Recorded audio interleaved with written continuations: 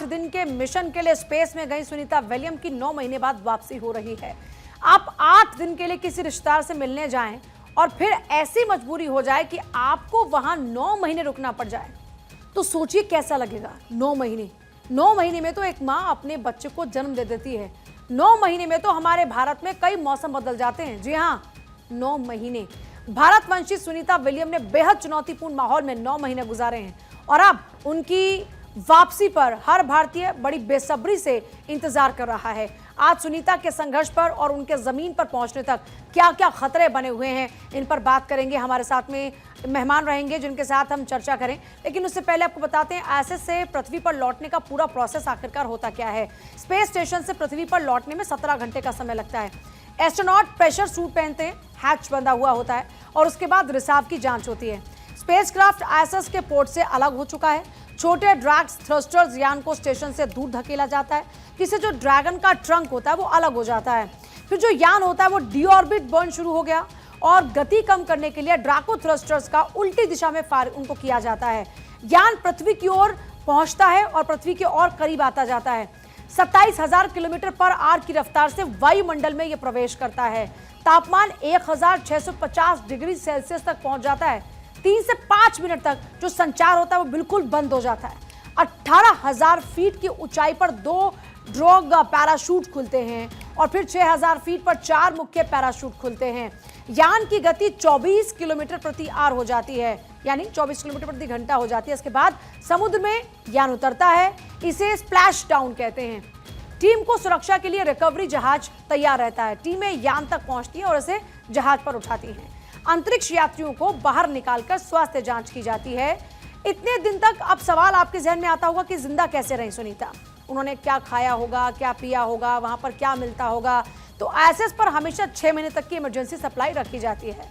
ISS पर पानी का 90% से ज्यादा हिस्सा रिसाइकलिंग से आता है। स्पेशल सिस्टम हवा से नमी, पसीने और यूरिन को इकट्ठा कर उसे ही पीने योग्य बनाया जाता है। सुनीता ने इसी पानी का इस्तेमाल पीने और भोजन तैयार करने में किया। सुनीता विलियम ने अंतरिक्ष में 285 दिन तक प्री पैक्ड भोजन भी खाया। खाने में सूखा हुआ डिब्बाबंद और पानी मिलाने योग्य खाद्य पदार्थ शामिल थे। सुनीता ने आईएसएस पर एक प्रयोग के तहत सलाद पत्ते भी उगाए, बल्कि इसे खाने के काबिल भी बनाया, जिससे उन्हें थोड़ा ताज़ा भोजन भी मिल पाया। सुनीता के 285 दिनों के स्टे के दौरान में सप्लाई मिशन भी आए, जिससे भोजन, पानी और ऑक्सीजन की कमी हुई नहीं। सुनीता को स्पेस स्टेशन पर आखिर भेजा क्यों गया था? तो क्रू फ्लाइट टेस्ट मिशन के तहत में उनको वहां भेजा गया था। सुनीता और बुच विलमोर बोइंग और नासा के 8 दिन के एक सीएफटी मिशन पर गए थे। 8 दिन का था ये मिशन। एस्ट्रोनॉट्स को स्पेस स्टेशन पर जाकर 8 दिन में कई रिसर्च और कई एक्सपेरिमेंट्स करने थे। मिशन के दौरान उन्हें स्पेसक्राफ्ट को मैनुअली भी उड़ाना था। इसका उद्देश्य बोइंग के स्टारलाइनर अंतरिक्ष यान की क्षमता को परखना था। भविष्य में नियमित रूप से अंतरिक्ष यात्रियों को आईएसएस तक ले जाने के लिए परखना। सुनीता और बुच दोनों पहले भी आईएसएस पर लंबे मिशन पर रह चुके थे, इसलिए उन्हीं को भेजा गया, क्योंकि एक्सपीरियंस जो होंगे वो ज़्यादा बेटर परफॉर्म कर पाएंगे, या कोई अगर चैलेंज आते हैं, कोई सिचुएशन ऐसी हो जाती है जो काफ़ी टफ हो, तो वो उसको डील कर पाएंगे, बिकॉज उनको एक्सपीरियंस है, इसलिए उनको भेजा गया, वो प्रेफरेंस में रहे। स्पेस में फिर कैसे फंसे, अब आपको ये फिर से बताते हैं। 6 जून 2024 को यान ने आईएसएस के साथ सफलतापूर्वक एक डॉकिंग की। दोनों अंतरिक्ष यात्री सुरक्षित आईएसएस तक पहुंच भी गए। तब तक सब कुछ ठीक था, एकदम नॉर्मल। आईएसएस पर पहुंचने के बाद यह पता चलता है कि स्टारलाइनर के थ्रस्टर सिस्टम में कई तरह की समस्याएं हैं। यान को नियंत्रित करने और वापसी के लिए जरूरी 28 में से 5 थ्रस्टर काम ही नहीं कर रहे थे। यान के प्रोपल्जर सिस्टम में हीलियम गैस लीक पाई गई। हीलियम थ्रस्टर्स को दबाव देने के लिए इस्तेमाल होता है और ये जो हीलियम होता है, इसका रिसाव यान की वापसी को जोखिम में डाल सकता था। इसी जोखिम से बचने के लिए उनको वहीं पर ही रोका गया। नासा और बोइंग ने तय किया कि सभी समस्याओं को जब तक ठीक नहीं किया जाता तब तक इनको वापस नहीं लाया जाएगा। प्रयास भी हुआ कि समस्या को किस तरीके से ठीक किया जाए। स्टारलाइनर को अंतरिक्ष यात्रियों के साथ वापस लाने से पहले सभी समस्याओं का ठीक करना जरूरी था। 6 सितंबर 2024 को स्टारलाइनर को आईएसएस से अलग किया गया। 10 सितंबर 2024 को यह न्यू मैक्सिको में लैंड हुआ। सुनीता और विलमोर इसमें सवार नहीं थे। स्टारलाइनर के वापस आने से सुनीता और विलमोर को आईएसएस पर ही रुकना पड़ा। सुनीता और विलमोर की वापसी के लिए दूसरा प्लान बनाना जरूरी हो गया। सुनीता और विलमोर को एक्सपेडिशन 71 क्रू के साथ जोड़ा गया। आईएसएस पर वैज्ञानिक प्रयोगों, रखरखाव और बाकी कामों में शामिल हो गए लोग। फिर अब सवाल ये आते हैं कि अब क्या क्या खतरे हो सकते हैं। तो कई खतरे हैं, उसी पर हम चर्चा करते हैं। प्रोफेसर पीडी साहर हैं, डिपार्टमेंट ऑफ फिजिक्स और एस्ट्रोफिजिक्स हमारे साथ में। पीडी सारे सर, सवाल ये है कि अब जब वापसी हो रही है तो क्या क्या चैलेंजेस होंगे? देखिए, अभी तो यान यहाँ से जो भेजा गया है, जो कैप्सूल भेजा गया है, ड्रैगन कैप्सूल, उसका डॉकिंग वगैरह सारा हो गया है। जी। तो वो एक प्रक्रिया खतरनाक हो सकती थी, वो पूरी हो गई है। ओके। तो अभी वो तो खतरा है नहीं। अभी वापसी में भी वो डोर खोल करके वहां से जो है सुनीता विलियम और जो बुच विल्मोर है, वो उसमें दाखिल हुए होंगे, और बाकी क्रू मेंबर्स भी होंगे जो कि वापसी की राह में है। तो अभी इतना सारा जो भी प्लान होगा, वो सारा पहले से ही चेकआउट किया होता है। वो मिनट टू मिनट और second to second, even milliseconds में भी इसका सारा प्लान बनाया होता है। तो मुझे लगता नहीं कि इसमें अभी कोई खतरा है। लेकिन कुछ खतरे तो वैसे भी, क्योंकि we have to keep our fingers crossed, और इसीलिए कुछ खतरे तो होंगे। जैसे कि वहां से आते वक्त जी। यान की गति कितनी होगी, थ्रस्ट कैसे होगा, उसके बाद में यान तो आएगा, लेकिन जब वो पृथ्वी के अपने आवरण में, अपने वातावरण में, अपने हवा के इसमें जब वो प्रवेश करेगा, उस वक्त उसमें हवा के घर्षण के साथ बहुत तापमान बढ़ सकता है। इससे पहले भी ऐसी दुर्घटना हुई है। तो मैं मानता हूं कि ऐसी सारी टेस्ट पहले भी हुई होंगी, और ये पहली बार नहीं है। तो इसीलिए ऐसी दुर्घटनाओं का इसमें कोई बाधा होगी ऐसा मुझे नहीं लगता। उसके बाद में जो वो कैप्सूल आएगा, उसका जो स्पीड है, आपने जैसे बताया कि वो पैराशूट खुलेंगे, उसका स्पीड कम होगा, और वो धीरे धीरे करके आपके जो समुंदर में उसका उतारा जाएगा। उसके ये सारी जो प्रक्रिया है, मुझे लगता है कि सारी प्रक्रिया का पहले से ही वो अंकित किया गया है, सब ठीक है। तो मुझे लगता नहीं कि इसमें बहुत सारे खतरे होंगे, और हम आशा करते हैं कि वो धरती पर सुरक्षित पहुंचे। अच्छा, जब धरती पर आते हैं, जब लैंडिंग होती है, तब क्या प्रोसेस रहता है? मतलब हर कोई ये जानना चाहता है कि क्या होता है। ये लोग समुद्र में उतरते हैं, वहां पर जहाज पहले से तैनात रहते हैं। जब ये सब हो रही होती प्रक्रिया, तो क्या क्या उस दौरान में होती है सिचुएशन? नहीं, देखिए, फ्लैश लैंडिंग जो कहते हैं, उसमें जब उतरेंगे तो वो पानी में गिरेगा। तो उस वक्त जो है वो सारा अरेंजमेंट वहां की जाती है कि उस कैप्सूल को घेरा जाए, और उसमें से उसको बाहर निकाला जाए। उसमें से फिर वो अंदर में तो सारी व्यवस्था है ही, जैसे कि ऑक्सीजन की व्यवस्था जो है, तो वो आते वक्त भी सारी रहेगी। तो उसके साथ उस कैप्सूल को निकाला जाएगा, और फिर उसमें से ये निकालेंगे। तो ये जब बाहर आएंगे तो इनको तुरंत ही इसमें अपने इसमें वातावरण में, जो पृथ्वी पर जो वातावरण है, जो पृथ्वी पर जो स्थितियां है और जो अंतरिक्ष में है, वो एकदम अलग है। जैसे कि वहां जीरो ग्रेविटी है। अब जीरो ग्रेविटी में जो इफेक्ट होंगे, वो एकदम जब हम ग्रेविटी में आएंगे तो उस वक्त हमें उससे एक शॉक लगेगा। इसीलिए वो धीरे धीरे सारा उनको ये किया जाएगा, उनको अकस्टम किया जाएगा। कुछ उसमें काफी दिनों तक उनकी कंडीशनिंग की जाएगी, उनके सारे परीक्षण किए जाएंगे, तभी वो जो है कि यहाँ पर फिर वो रह सकेंगे। मैं आपके पास वापस लौटती हूँ। सुनीता विलियम्स की वापसी पर उनके परिवार में काफी खुशी है। उनके भाई का क्या कुछ कहना है उनकी वापसी पर, एक बार सुनवाते हैं आपको। सुनीता वापस आ रही हैं, इससे सारा हमारा कुटुंब, सारा फैमिली, सुनीता की बहन, सुनीता की मम्मी, सुनीता के बड़े भाई और सुनीता के सभी संबंधी, अमेरिका रहते हुए हमारे सभी संबंधी, सब लोग बहुत खुश है और बहुत आतुरता से उनकी राह देख रहे हैं कि कब वो वापिस आ जाए। थोड़ा थोड़ा हमें डर लगता है कि कभी कभी कुछ गड़बड़ ना हो जाए। बाकी बहुत प्रसन्नता है। हम लोग हमारे गांव में भी माता जी की प्रार्थना वगैरह शुरू कर दी हैं। हमने वरदायिनी माता जहाँ हजारों किलो घी सामने जाता है माता जी ऊपर, वो भी हमने कर दिया है। पीडी सारे लगातार मैंने हमारे साथ में सर, परिवार के लोग भी कह रहे हैं कि डर लगता है और इस वक्त भी डर लग रहा है सबको, तो क्या क्या खतरे हो सकते हैं जो डरा रहे हैं इस वक्त? नहीं, जैसा कि मैंने कहा कि इसमें इतने डरने की बात नहीं है, लेकिन जब इतना इतना अंतर हम पार करके वहां से आ रहे हैं, तो उसमें कुछ तरह की ऐसे खतरे हो सकते हैं कि जैसे मैंने कहा कि कैप्सूल जो आ रही है उसका जो स्पीड हम नियंत्रित नहीं, पहले से ही ये सारा प्रोग्राम्ड है, तो इसमें बीच में इंटरवेंशन कुछ कर नहीं सकते हैं। तो यदि कुछ इसमें गड़बड़िया कोई तकनीकी प्रॉब्लम हो गए तो वो एक खतरा है। दूसरा कि इतने दिनों तक वहां पर रही है वो, तो जीरो ग्रेविटी में जब इंसान वहां पर रहता है, तो यहाँ रहना और वहां वहां जैसे कि आपका वजन आपको जीरो लगेगा। जीरो ग्रेविटी का मतलब हमारा जो वजन हमें लगता है वो ग्रेविटी की वजह से है, हम धरती के ओर खींचे जाते हैं, इसीलिए हमें लगता है कि हमें कितना वजन है। तो जीरो ग्रेविटी में इस तरह की बातें होंगी नहीं। तो उसका जो मानसिक स्थिति है, इतने दिनों में वो किसी और एनवायरमेंट में और कंडीशन में वो रही है, और उसमें से और इतने दिनों तक जैसे कि आपने कहा 9 दिनों के लिए गई थी और अभी 9 महीने तक वहां रही है।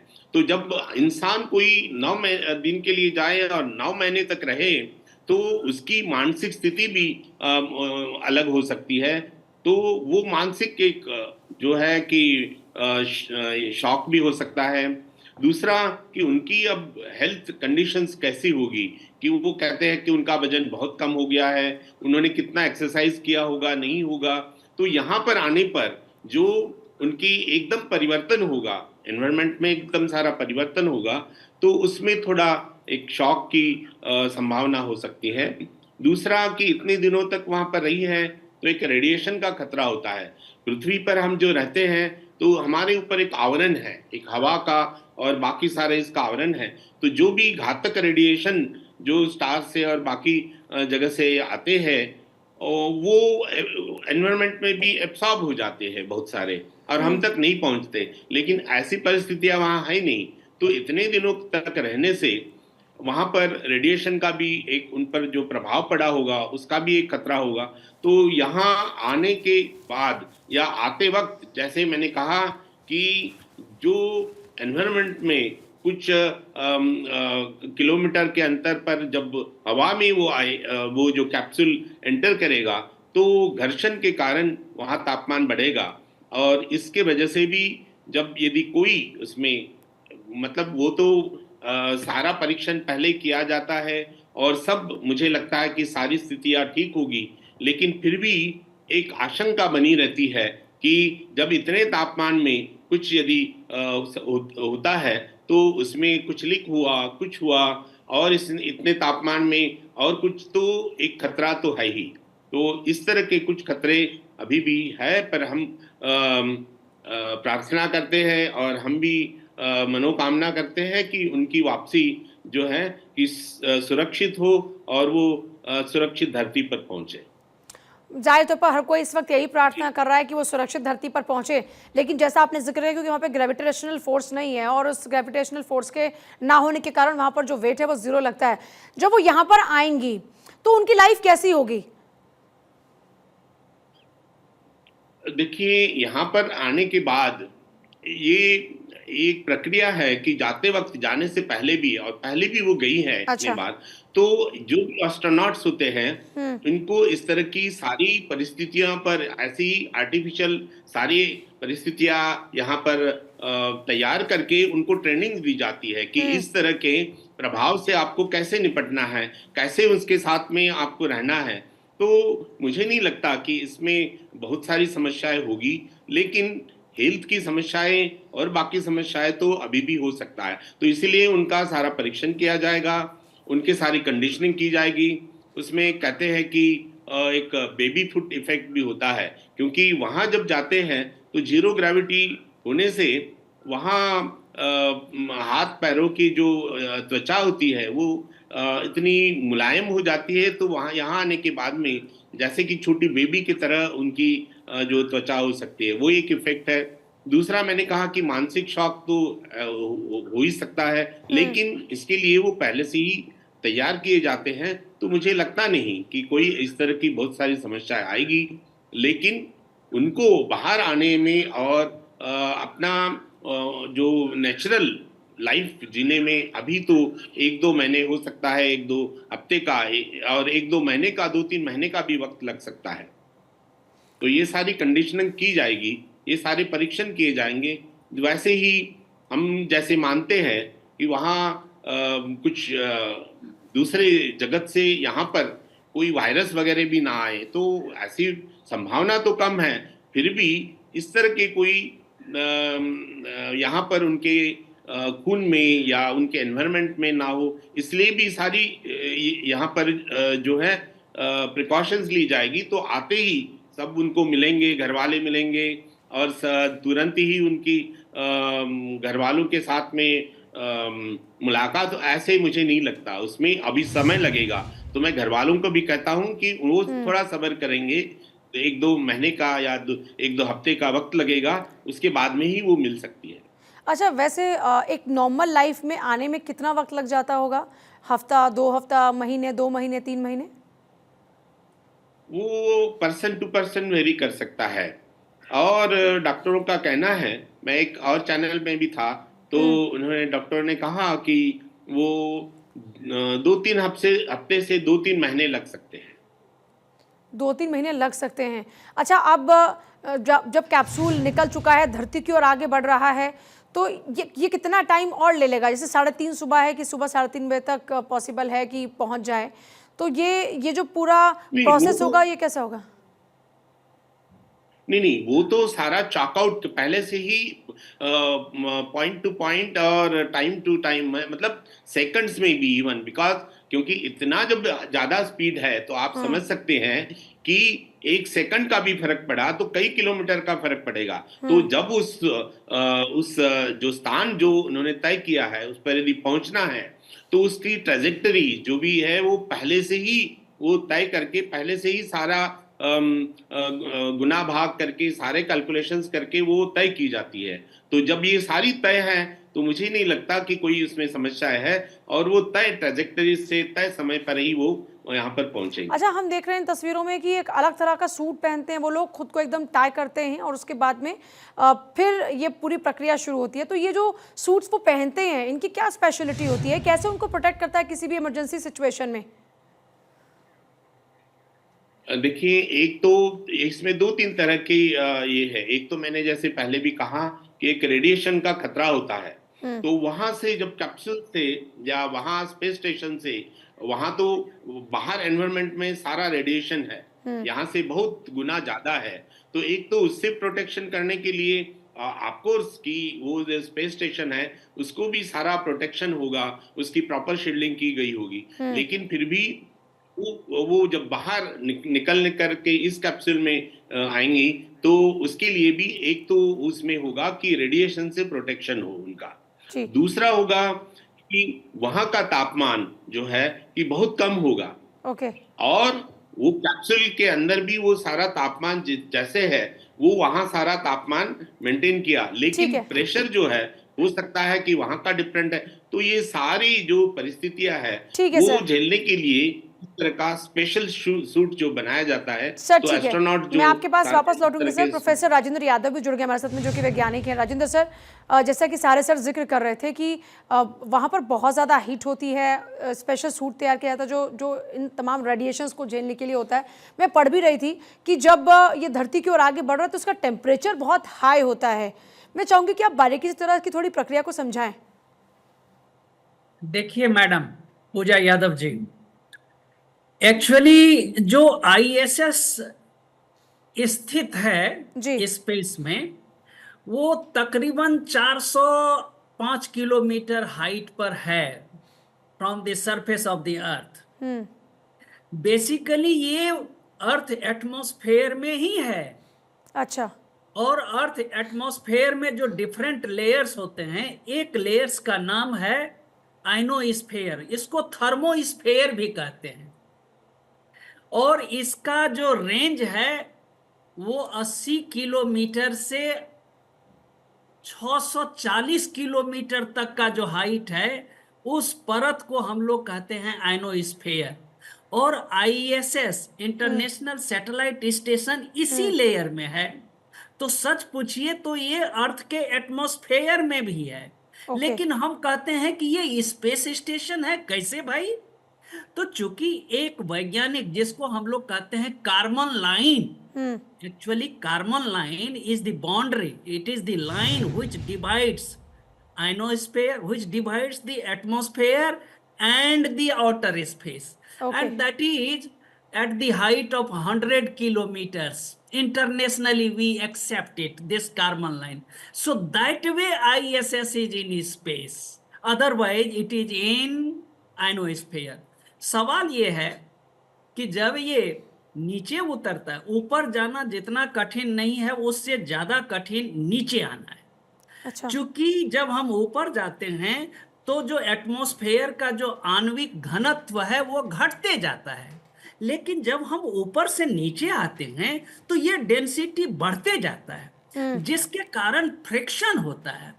और फ्रिक्शन से इतना ज्यादा टेम्परेचर राइज होता है, ठीक है कि सर, वो मत पूछिए। और टेम्परेचर और उसके साथ वेलोसिटी, कभी कभी ऐसा होता है कि जो मॉलिक्यूल्स हैं वो ब्रेक हो जाता है, जो प्लाज्मा पार्टिकल में बदल सर, ठीक जाता है। है। इसीलिए this is very dangerous. Thank इसीलिए you, sir. हम सब माफी चाहूंगी, वक्त की कमी है। बहुत शुक्रिया आप दोनों का इस चर्चा में शामिल होने के लिए।